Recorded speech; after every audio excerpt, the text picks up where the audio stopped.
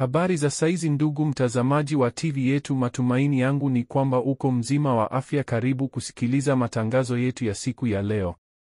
Uko Fizi ni kwamba magereza madogo yanayowekwa na wazalendo kwa ajili ya kufunga raia sasa yamepigwa marufuku.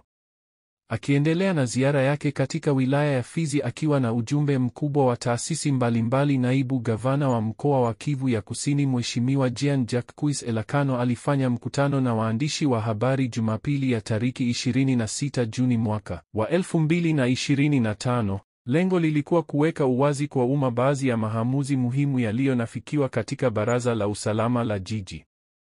Azimio 3 zilichukuliwa katika mkutano huo na kutangaziwa kwa wananchi.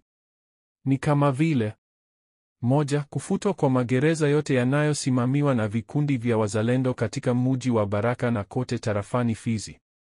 2. Kuondoa vizuizi vyote vinavyowekwa barabarani ili kutoza pesa kwa raia. 3. Kumaliza ufumo wa utawala wa sambamba au usio rasmi unaoendeshwa na wazalendo katika mji wa Baraka na kote tarafani Fizi. Minembwe. Ndege moja ambayo ilikuwa imebeba watu pamoja na mizigo ambayo ilitoka Bukavu kwenda Minembwe imefanya ajali na kusababisha maafa kadhaa.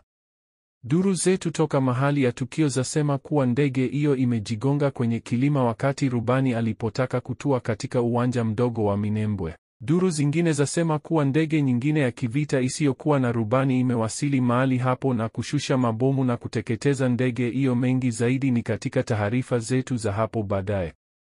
Asante ndugu mtazamaji na msikilizaji wa TV yetu kwa kututegea sikio. Hapa ndo tumeweka nukta kwa habari zetu za leo. Tunawatakia siku njema ya amani na baraka. Endeleeni kufuatilia matangazo yetu popote mlipo.